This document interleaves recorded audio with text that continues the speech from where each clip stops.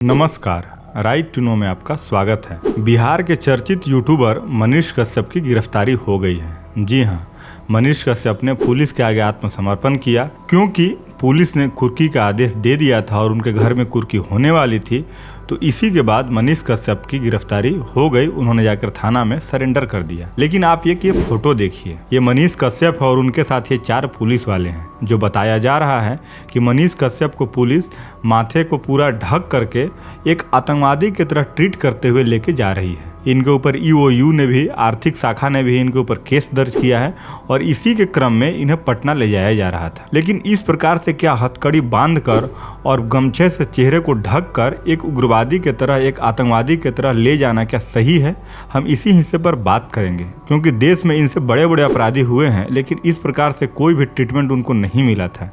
लेकिन बिहार की निकम्मी सरकार, नीतीश की सरकार और तेजस्वी की सरकार ने इस प्रकार का जो हरकत किया है वो कहीं भी लोकतंत्र में बर्दाश्त नहीं किया जाना चाहिए किसी भी हद तक। अब सवाल ये उठता है कि मनीष कश्यप की गिरफ्तारी क्यों हुई है? पुलिस का आरोप है कि मनीष ने सोशल मीडिया के माध्यम से तमिलनाडु में बिहार के कुछ निवासियों के साथ हिंसक घटनाओं की भ्रामक खबर, फोटो और वीडियो के माध्यम से शेयर की थी। इसका मतलब ये हुआ कि मनीष कश्यप ने अपने यूट्यूब चैनल के माध्यम से कई वीडियो स्क्रिप्टेड बना करके और बिहार सरकार को नीचा दिखाने के नज़रिए से उन्होंने वीडियो पोस्ट किया कि तमिलनाडु में बिहारी मजदूरों की हत्या की जा रही है, उन्हें मारा जा रहा है क्योंकि बिहार में बिहार सरकार रोजगार नहीं देती है। तो उन्होंने तेजस्वी यादव के ऊपर और नीतीश कुमार के ऊपर सवाल उठाए थे। अब ये जांच के बाद ही पता चलेगा कि वाकई में मामले की सत्यता क्या है, क्योंकि तमिलनाडु के DGP ने यहाँ तक कहा था कि किसी भी प्रकार की हिंसा तमिलनाडु में नहीं हुई है। जो भी हो, मामले की जांच होने के बाद ही पता चलेगा कि मनीष कश्यप का वीडियो भ्रामक था या सरकार का बयान भ्रामक है। लेकिन इस प्रकार से लेकर के जाना, जिस प्रकार से ले जाया जा रहा है, वो कोई आतंकी नहीं है। अब हम इस पर ये बात करते हैं कि क्या किसी भी आदमी को हथकड़ी लगा करके ले जाना और ऐसे चेहरा ढक करके ले जाना वैधानिक है? इसके ऊपर जो जानकारी मिलती है, दंड प्रक्रिया सहित 1973 की धारा 46 में गिरफ्तारी के नियमों का जिक्र किया गया है। इस नियमावली में 4 प्रावधान बताए गए हैं। पहले प्रावधान में कहा गया है कि गिरफ्तारी का विरोध कर रहे व्यक्ति के लिए ही पुलिस आवश्यक बल का प्रयोग कर सकती है। इस रिपोर्ट में सुनील बत्रा बनाम दिल्ली प्रशासन 1978 के केस का हवाला दिया गया है। इस केस में सुप्रीम कोर्ट ने साफ तौर पर कहा था कि पुलिस किसी व्यक्ति को हथकड़ी नहीं लगा सकती।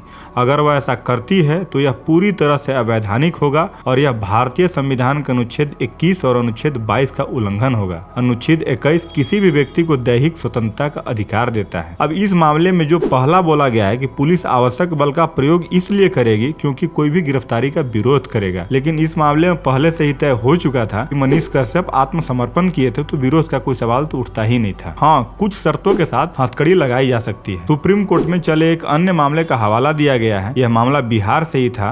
अंजनी कुमार सिन्हा बनाम स्टेट ऑफ बिहार 1992 केस में बताया गया था हथकड़ी लगाना पकड़े गए आरोपित के चरित्र पर निर्भर करता है। तब सुप्रीम कोर्ट ने कहा था कि अगर आरोपित द्वारा कस्टडी से भागने या लोक शांति को भंग करने की आशंका हो तो वैसे हालात में उसे पुलिस द्वारा हथकड़ी लगाई जा सकती है। कुछ अन्य मामलों में सुनवाई के दौरान सुप्रीम कोर्ट ने कहा था कि अगर पुलिस किसी को हथकड़ी लगाना चाहती है तो उसे तर्क संगत वजह बताते हुए संबंधित अदालत न्यायालय से पहले अनुमति लेनी होगी। हालांकि अभी यह स्पष्ट नहीं हो पाया है कि मनीष कश्यप को हथकड़ी लगाने वाली बिहार पुलिस ने कोर्ट से पहले परमिशन ली थी या नहीं ली थी। और जहाँ तक चेहरा ढकने का सवाल है तो कई पुलिस ऑफिसर जो रिटायर हो चुके हैं वो बताते हैं कि सुरक्षा कारणों और जेल में भविष्य में संभावित गवाहों द्वारा पहचान वाली प्रक्रिया को निष्पक्षता से पूरा करने के लिए पुलिस कई बार आरोपिता का चेहरा ढक देती है। चेहरा ढकने के पीछे पुलिस द्वारा आरोपित को बदनामी से दूर रखने का भी अक्सर तर्क दिया जाता है। हालांकि बिहार पुलिस द्वारा मनीष का चेहरा किस वजह से ढका गया था, ये सवाल अभी अनुत्तरित है। बिहार पुलिस की कस्टडी से मनीष की आई अलग अलग तस्वीरों में किसी में चेहरे को खुला दिखाया गया है तो किसी में ढका हुआ है। तो बिहार पुलिस खुद ही कंफ्यूज है कि इनका चेहरा दिखाना है या नहीं दिखाना है। लेकिन जो मुख्य सवाल है बिहार पुलिस के ऊपर उठता है कि क्या उन्होंने जो किया ये सही किया है, और उसके बाद जो बिहार में अभी वर्तमान की विपक्ष है क्या वो सही से इस प्रकार की आवाज उठा रही है कि जो इस प्रकार से मौलिक अधिकारों का हनन हो रहा है वो रुकना नहीं चाहिए। इस बात को देखते हुए एक पंक्ति याद आती है, अधर्म को मुख बनकर जो मात्र निहारे जाते हैं, अधर्म को मुख बनकर जो मात्र निहारे जाते हैं, भीष्म हो, द्रोण हो या कर्ण हो, सब मारे जाते हैं।